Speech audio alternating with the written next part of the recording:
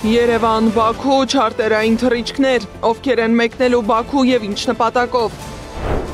Ինչպես է Փաշինյանն արձագանքել Թուրքիայի արտգործնախարարին եւ ինչու չի բացվում հայ-թուրքական սահմանը։ Ինչու են հարցաքննել Արշակ Սրբազանին եւ ինչի համար են մեղադրում նրան։ Ինչու են փորձում լռեցնել խոսափողները եւ ինչու է մամուլը նորից հայտնվել ուշադրության կենտրոնում։ Եվ խաղաղություն տարածքների դիմաց, ինչ առաջարկ է ստացել Զելենսկին։ Բարի երեկո հարգելի հետևորդներ, եթերում ABC Newsroom-ն է, ես Աննա Սարգսյանն եմ։ Կառավարությունը հաստատել է Երևանի ու Բաքվի միջև չարտերային թռիչքների կազմակերպման ֆինանսավորումը։ Նոյեմբերի 21-ից 22-ին Հայաստանից 5 փորձագետ կմեկնի Բաքու մասնակցելու կլոր սեղան քննարկմանը։ Այդ նպատակով պետական բյուջեից կտրամադրվի մոտ 18 միլիոն դրամ Երևան-Բաքու եւ հակառակ ուղղությամբ չարտերային չվերթերի համար։ Որոշումն ընդունվել է կառավարության այսօրվա նիստում, հարցը չզեկուցվող հարցերի օրակարգում էր։ Իսկ կառավարության նիստից հետո լրագրողների հետ ճեպազրույցի ընթացքում Նիկոլ Փաշինյանը հայտարարել է, որ Հայաստանն ունի մեկ հստակ ձևակերպում՝ խաղաղության խաչմերուկ, իսկ մնացած ցանկացած տերմինաբանությունը չի կարող վերաբերելի լինել Հայաստանին։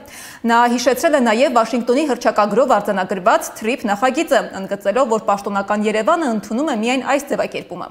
Նա մեկնաբանել է նաև Թուրքիայի արտգործնախարարի հայտարարությունը։ Մանրամասները դիտենք ռեպորտաժում։ Կառավարության հերթական նիստ ու հերթական բացահայտումներ։ Մինչ տարբեր մարզերից հնչում են ահազանգեր, թե մի քանի տասնյակ դպրոցներ են փակվում, Նիկոլ Փաշինյանը նիստում հայտարարեց, որ այս պահին ավելի քան 300 դպրոց են օրոքվում կամ կառուցվում։ Մանկապարտեզ դպրոց պետք է լինի հասանելի հանրապետության բոլոր երեխաների համար։ Եվ մենք անխուսափելիորեն այս տրամաբանության մեջ բախվում ենք իրավիճակների, որտեղ կան բնակավայրեր, որտեղ նույնիսկ կրթահամալիրի տրամաբանությամբ կամ դպրոցի տրամաբանությամբ այս պահին բավարար չափով երեխեք չկան։ Հիմա քաղաքական ընտրություն պետք է կատարենք։ Եվ մեր ընկալումն է նա, որ այդ գյուղում բավարար թվով երեխաներ չկան, նաև այն պատճառով, որ այդ գյուղը ճանապարհ չունի, որ այդ գյուղ դպրոց չունի, որ այդ գյուղ մանկապարտեզ չունի։ Օրակարգում ընդգրկված էր 39 հարց, 35-ը չզեկուցվող։ Չզեկուցվող հարցերը վերաբերում էին բնակելի տարածքներ նվիրելուն, որպես նվիրատվություն գույք ընդունելուն, անշարժ գույք հետ վերցնելուն, անշարժ գույքը անհատույց օգտագործման իրավունքով ամրացնելուն, նաև պետական բյուջեի վերաբաշխմանը։ Կառավարության նիստի ավարտից հետո արդեն ավանդույթի համաձայն Փաշինյանը պատասխանեց լրագրողների հարցերին։ Նախկին ներկա եզրույթը ըստ Փաշինյանի հոգնեցրել է մարդկանց։ Էլ չեմ ասում, որ այդ խոսակցությունները ցավոք հաճախ դուրս են գալիս քաղաքական բարեկրթության տրամաբանությունից, եւ մենք նաեւ կուսակցության ֆորմատով ենք քննարկում ունենում, որ մենք պետք է այնուամենայնիվ արդեն դուրս գանք այս տրամաբանությունից եւ քաղաքական կյանքի նորմալ կանոններ պետք է հաստատվեն Հայաստանի Հանրապետությունում, որտեղ հայհոյախոսությունը ընդհանրապես տեղ չունի, առավել եւս քաղաքական քննարկումների բովանդակության մեջ։ Հիմա դուք կասեք, որ ես էլ եմ այդ գործով զբաղվել, ճիշտ կասեք, դրա համար էլ ես Կիրակի օրերը գնում եմ եւ խորանի առաջ ծնկի եմ գալիս եւ իմ մեղքերի համար թողություն եմ խնդրում։ Ճեպազրույցի ընթացքում լրագրողները փորձեցին պարզել, թե ինչ նկատի ուներ վարչապետը, երբ վաղաշաբաթի ընտրության արդյունքը նոր լիցք է որակել եկեղեցու դեմ արշավը շարունակելու համար։ Ցանկացած քաղաքական տենց իրադարձություն լիցք է տալիս հենց վաղաշաբաթում նույնպես, Էջմիածնում նույնպես։ Այսինքն հենց ինչ որ գրել է այդ նկատի ունեի։ Հա ինչ վերաբերվում է մայրաթոռ ազատագրելու գործընթացին, գիտեք շատ տարբեր մեկնաբանություններ կան դրա հետ կապված, բայց այս դեպքն էլ է նա, որ էլի նոր կտակարանի ձևակերպումը շատ պատեհ է, որ ես հաճախ եմ օգտագործում, պիտի նայեք եւ պիտի չտեսնեք, մայրաթոռի ազատագրման գործընթացը սկսել է, ընթանում է եւ անխուսափելիորեն հասնելու է տեղ։ Արտաքին քաղաքական հարցերին անդրադառնալիս Փաշինյանը պատասխանեց Ադրբեջանից եւ Թուրքիայից հնչող հայտարարություններին, մասնավորապես Հական Ֆիդանի մեկնաբանությանը, որտեղ վերջինս կրկին խոսում է այսպես կոչված Զանգեզուրի միջանցքի մասին։ Փաշինյանն ընդգծում է, Հայաստանում բացի իր ասածից այլ անունով կոմունիկացիա չի լինելու։ Հայաստանում կա խաղաղության խաչմերուկ եւ զուգահեռաբար նաեւ Վաշինգտոնի հռչակագրի ստորագրված արդյունքում կա TRIP նախագիծը։ Մնացած ցանկացած այլ տերմինաբանություն վերաբերելի չէ Հայաստանի Հանրապետությանը։ Մենք այդ ենք ասում։ Եվ վերջում նա կրկին մեջբերում է անում Աստվածաշնչից, խոսելով մեղքերի մասին նա պնդել է, ինքն ավելի մեղավոր է, քան մյուսները, ինչպես ինքն է ասում, պայմանավորված իր կարգավիճակով։ Անի Աբաղյան, Սեդա Մակարյան, Գեգամ Ղազարյան, ABC Media։ Արտաքին գործերի նախարար Արարատ Միրզոյանն էլ արձագանքել է Թուրքիայի արտաքին գործերի նախարար Հական Ֆիդանի այն հայտարարությանը, թե Հայաստանի համար կարևոր է Թուրքիայի հետ հարաբերությունների կարգավորումը, եւ եթե Թուրքիան անի դա հիմա, Հայաստանից կխլի Ադրբեջանի հետ խաղաղության համաձայնագիրը ստորագրելու ամենամեծ դրդապատճառը։ Նույն կերպ կարևոր է նաև Ադրբեջանի հետ հաստատված խաղաղության հետագա ինստիտուցիոնալացումը։ Երկու ուղղություններով էլ Հայաստանն անկեղծ ջանքեր է գործադրում։ Միառժամանակ, սակայն այս երկու բաղադրիչներից որևէ մեկը մյուսով պայմանավորված չեն, եւ եթե պայմանավորվեն, փորձենք դրանց միջև պատճառահետևանքային կապ տեսնել։ Գուցե պարզվի, որ Թուրքիայի հետ հարաբերությունների ամբողջական կարգավորումը կարող է ոչ թե բացասաբար, այլ ճիշտ հակառակը դրականորեն անդրադառնալ Հայաստանի եւ Ադրբեջանի միջև կարգավորման գործընթացի վրա։ Ինչ վերաբերվում է տրանսպորտային ենթակառուցվածքների ապաշրջափակմանը, օգոստոսի 8-ին Վաշինգտոնում տեղի ունեցած խաղաղության գագաթնաժողովում համաձայնեցվել են այդ գործընթացի հիմնական սկզբունքները՝ տարածքային ամբողջականություն, սահմանների անխախտելիություն, ինքնիշխանություն, իրավազորություն, փոխադարձություն։ Սրանց շրջանակներում սահմանված թրիփի ուղին կապելու է թե Ադրբեջանը Նախիջևանի հետ, թե Հայաստանն այլ երկրների հետ, թե ավելի լայն աշխարհագրությամբ տարածաշրջաններն իրար հետ, Հայաստանի եւ Ադրբեջանի միջոցով։ Հայաստանը շահագրգիռ կերպով ակտիվ ջանքեր է գործադրում այն հնարավորինս շուտ կյանքի կոչելու ուղղությամբ։ Ներքաղաքական թեմաների մասին պարզվում է փաստաբան Ռուբեն Մխիթարյանի դեմ ցուցմունք տված ոստիկանը նրան չի էլ ճանաչում։ Այսօր հրավիրված մամուլի ասուլիսում նրա փաստաբանը հայտարարել է, որ Մխիթարյանի ձերբակալությունը միանգամայն անօրինական է եղել։ Իրաքի մարզի ընդհանուր իրավասության առաջին ատյանի դատարանի կողմից ակնհայտ ապօրինաբար բացառապես իր մասնագիտական գործունեությունը իրացնելու հանգամանքների բերումով Գյումրի քաղաքում գտնվող Ռուբեն Մխիթարյանը, ինչպես գիտենք, կալանավորվել էր։ Շուրջ 1 ամիս գտնվեց ապօրինի կալանքի տակ եւ 2025 թվականի նոյեմբերի 18-ին մեր եզակի դատավորներից Ռուբեն Ռշտունու արդար դատական ակտի շնորհիվ Ռուբեն Մխիթարյանը, իմ գործընկերը, այսօր գտնվում է այստեղ մեզ հետ եւ նախ հրապարակավ շնորհակալություն եմ հայտնում իրական արդարադատություն իրացնող եզակի դատավորներից Ռուբեն Ռշտունուն, ում արդարադատությունը հեռախոսակապի միջոցով չի, ով արդարադատություն չի իրականացնում SMS հաղորդագրությամբ, եթե անգամ ստանում է հաղորդագրություն, ապա այն չի կարդում կամ անտեսում է։ Ռուբեն Մխիթարյանի գործը առանձնակի էր այնքանով, որ իմ գործընկերը բացառապես հարգելի ընկերներ իրացրել է իր մասնագիտական գործունեությունը։ Դրա մասին ավելի մանրամասն կներկայացնի ինքը, եւ ես իմ պրակտիկայում կրկին պետք է խոսեմ, որ չենք ունեցել նման դատական ակտ, կալանքի միջնորդություն, երբ նշվում է անձին կալանքի տանելու հիմքերը, օրինակ .A, .B, .G, բայց թե ինչի համար անձը օրինակ կխոչընդոտի, կխուսափի, բացառապես միայն A, B. Եվ այդ պայմաններում Ռուբեն Մխիթարյանը ապօրինի գտնվեց շուրջ 1 ամիս անազատության մեջ։ Իսկ Բագրատ Սրբազանի եւ Սրբազան պայքարի գործով անցնող գնդապետ Միհրան Մաղսուդյանի խափանման միջոց տնային կալանքը չի շարունակվի։ Այն փոխարինվել է բացակայելու արգելքով եւ գրավով։ Դատավորը որոշումը կայացրել է այսօրվա նիստում։ Մաղսուդյանն ունի լուրջ առողջական խնդիրներ, այդ թվում ողնաշարի։ Հնարավոր է վիրահատության կարիք լինի, իսկ տնային կալանքի համար կիրառվող էլեկտրոնային միջոցները խոչընդոտում են հետազոտությունների անցկացմանը։ Մայրաթորի դիվանապետ Արշակ arczepiskopos Խաչատրյանը 3 տարբեր քրեական վարույթների շրջանակում վերջին օրերին հարցաքննության է հրավիրվել որպես վկա։ Փաստ-ինֆոյի հետ զրույցում հայտնել է նրա պաշտպան Արսեն Բաբայանը։ Փաստաբանը տեղեկություն չունի, ում հաղորդման հիման վրա է նախաձեռնվել քրեական վարույթը կամ կան արդյոք ցուցմունքներ։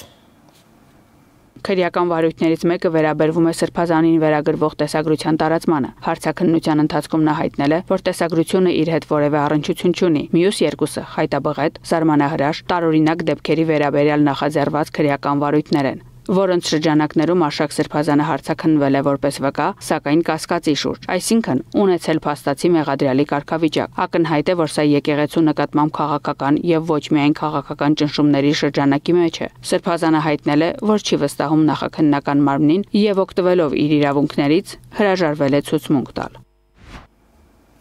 Ազատություն քաղբանտարկյալներին, քաղաքացիներն այս եւ այլ գրառումներով պաստառներ պարզած բողոքի ակցիա են իրականացնում Հայաստանի գլխավոր դատախազության դիմաց եւ քայլերթով հասել են Շենգավիթ վարչական շրջանի ընդհանուր իրավասության դատարան, որտեղ ընթանում է Բագրատ Սրբազանի եւ աջակիցների դատը։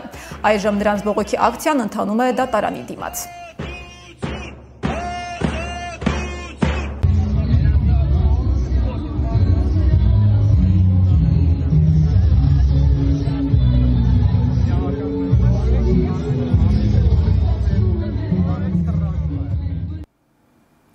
Վերջին շաբաթները ցույց տվեցին, որ լրագրողի խոսափողը առավել հաճախ է դառնում քաղաքական լարումների կայծը։ Մի կողմից իշխանության ներկայացուցիչներ, մյուս կողմից հարցեր ու անցանկալի պատասխաններ։ Եվ այս համատեքստում ձերբակալություններ, առգրավումներ, հրապարակային պիտակավորումներ։ Ինչ ընթացք է ստացել այս գործընթացը, ինչու է մամուլը նորից հայտնվել ուշադրության կենտրոնում, մանրամասները Անի Աբախյանի ռեպորտաժում։ Քիշնևից Բուդապեշտ, Թբիլիսիից Երևան։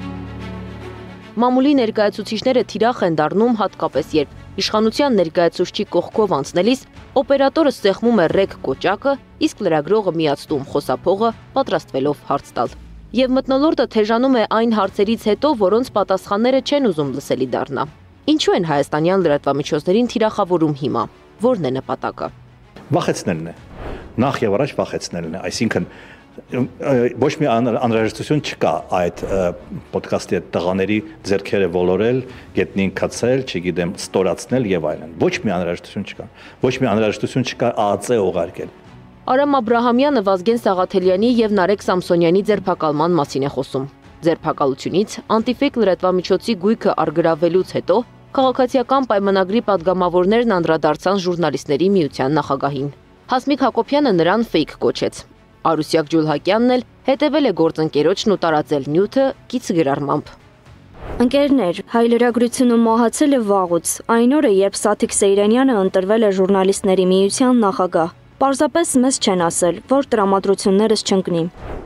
Սաթիկ Սեյրանյանի խոսքով իշխանական падգամավորները գործում են մի կետից ուղղորդմամբ, համակարգված, հստակ դերաբաշխմամբ։ Չի հանդուրժվում որևէ այլախոհություն, այլակարծություն։ Սրանց համար խոսքի ազատությունը սոս տրանսպարենտ է, չեն խորշում որևէ բռնաճնշումից, օգտագործելով ամենաեղկելի գործիքակազմը, գռեհիկ բառապաշարը, սկսած ընտանիքներ մտնելուց, մասնավոր ու անձնական կյանքի կոպիտ խախտումներ անելուց։ Արամ Աբրահամյանն էլ կարծում է լրատվամիջոցների դեմ գործողությունների տրամաբանական շղթա կա։ Թիրախավորումներ բոլոր իշխանությունների կողմից եղել են։ Գործող իշխանությունը տարբերվում է։ Նրանք գրեթե չեն ասում, որ չենք հետապնդում, ինչ ա եղել, ոչ մի բան չի եղել եւ այլն։ Նրանք ասում են լավ ենք անում, հետապնդում ենք եւ հետապնդենք բոլոր նրանց, ովքեր մեզ բան են ասում։ Երկրորդ տարբերությունը, որը ավելի ցավալի է, որ հասարակական կազմակերպությունները, որոնք սովորաբար իրապաշտպան կազմակերպությունները, որոնք սովորաբար շատ ակտիվորեն պաշտպանում էին 18 թվականից առաջ պաշտպանում էին ցանկացած ոտնձգությունից լրագրողներին, հիմա ճիշտ է, հիմա են հայտարարություններ անում, բայց չկա, ինչպես ասում են, նախկին էնտուզիազմը։ Իշխանությունը մասնագիտական որոշ խմբեր առանձնացրել, պիտակավորում է, փորձելով արժեզրկել նրանց գործառույթը, նշում է 24 News-ի տնօրեն Նարեկ Գալստյանը։ Իրենք նաև պիտի հիմա թիրախավորեն լրատվամիջոցներին, որովհետև որ տեսնում ենք, թե ինչպիսի սցենարներ են աշխատում, այսպես ասեմ, Նիկոլ Փաշինյանի իշխանության բախտակից այլ իշխանությունների պարագայում այլ երկրների, մենք տեսնում ենք, որ սցենարը գրեթե միևնույնն է, ամենակարկառուն օրինակը անշուշտ մոլդովական օրինակն է։ Օրենքը խախտողներին օրինախախտ ձևով կարգի չեն հրավիրում, կարծում է Աշոտ Մելիքյանը, անդրադառնալով Վազգեն Սաղաթելյանի եւ Նարեկ Սամսոնյանի ձերբակալությանը։ Նա եւս անտեղի է համարել բիրտ ուժի կիրառումը։ Խոսքի ազատության համար լավ իշխանություն գոյություն չունի, ընդգծում է Մելիքյանը։ Խոսելով լրատվամիջոց քաղաքական գործիչ հարաբերություններից, ասում է. Ընդդիմադիր կեցվածք ունեցող լրատվամիջոցի թղթակիցը նույն խորհրդարանում շատ մեծ խնդիրներ է ունենում աշխատելիս, ասենք, կառավարող ուժի դեպուտատների հետ։ Այնտեղ այնպիսի լարված հարաբերություններ են, որ ցանկացած պահի դրանք կարող են պայթել եւ դառնալ կոնֆլիկտ։ Եվ հակառակը, պրոիշխանական մամուլի ներկայացուցիչները, երբ որ փորձում են աշխատել ընդդիմադիր քաղաքական ուժերի ներկայացուցիչների հետ, նույն լարվածությունն է եւ նույն պատկերն է։ Այդ բախումները միայն հրապարակային ճնշմամբ չեն ավարտվում, դատական գործընթացներ եւս լինում են։ Խոսքի ազատության պաշտպանության կոմիտեի նախագահի խոսքով վերջին 9 ամիսների ընթացքում լրատվամիջոցների, լրագրողների եւ խմբագիրների դեմ բացվել է 45 նոր գործ։ Իսկ միայն վերջին 3 ամսում հարուցվել է 15 գործ, որոնցից 10-ը իշխանության ներկայացուցիչների նախաձեռնությամբ։ Դատարան ամենաշատը դիմել են ազգային ժողովի նախագահ Ալեն Սիմոնյանն ու Երևանի քաղաքապետ Տիգրան Ավինյանը։ Զրուցակիցներս կարծում են, որ լրատվամիջոցների ներկայացուցիչները թիրախավորվում են նաև իրենց պահվածքի պատճառով։ Նրանք լուսաբանողից չպետք է դառնան ակտիվիստ, տուրք տալով էմոցիաներին։ Աշոտ Մելիքյանը կարծում է, խնդիրը կարգավորելու պատասխանատվությունը իշխանության ուսերին է։ Նա այս գործողությունների մեջ մեկ դրական բան է առանձնացնում։ Եթե համեմատենք նախորդ տասնամյակների հետ, ապա դժվար է պատկերացնել, որ նախորդ ղեկավարների օրոք կամ նախորդ վարչակարգերի օրոք հեռարձակման ոլորտում մասնավոր հեռուստաընկերությունների ճնշող մեծամասնությունը ընդգծված ընդդիմադիր կեցվածք ունենային եւ ազատորեն քննադատեին իշխանություններին եւ ոչ միայն քննադատեին։ Գուցե հենց այդ այսպես կոչված սխալը շտկելու համար է իշխանությունը թիրախավորում լրատվամիջոցներին։ Գործընթացը կարծես է նոր է սկսում, հույս ունեմ, որ այն չի աղագնանա, հույս ունեմ, որ ընտրական գործընթացին դեմ այդպիսի պրոցեսներ տեղի չեն ունենա, մենք լրատվամիջոցներս նույնպես պետք է փորձենք խոհեմ գտնվել, ոչ թե մեր մասնագիտական խղճի հաշվին հատուկ դա կրկնում եմ, այլ ընդհանրապես առավել խոհեմ գտնվել հնարավորություններ եւ առիթներ չտալու դրա անվանությունից ելնելով։ Ինչ պետք է անել, ինչպես աշխատել ճնշումների, պիտակավորումների ու նշանակետում հայտնվելու դեպքում։ Նախ չվախենալ, նշում է Աբրահամյանը։ Մենք իրար նկատմամբ պիտի լինենք ինչ-որ ջենտլմենական պայմանավորվածության մեջ, այսինքն մենք իրար չթիրախավորենք։ Թող նրանք, ովքեր պրոպագանդայով են զբաղվում, մեզ թիրախավորեն, բայց մենք իրար, եթե նույնիսկ համաձայն չենք, մեր իրանք հետ բանավիճենք, բայց երբեք իրար չթիրախավորենք։ Լրատվամիջոցի դեմ հարվածն իրականում հարված է հանրային վերահսկողությանը։ Խոսքի ազատությունը միշտ պաշտպանության կարիք ունի, այն չի սկսվում, չի ավարտվում որևէ իշխանությամբ։ Եվ եթե լրագրողները երբեմն սխալվում են, ինչպես նշում են զրուցակիցներս, նրանց սխալները չեն կարող արդարացում դառնալ իշխանության համակարգված ճնշումների համար։ Անի Աբաղյան, Տարոն Ղանդիլյան, Նորայր Հակոբյան, Նոնա Գևորգյան, ABC Media։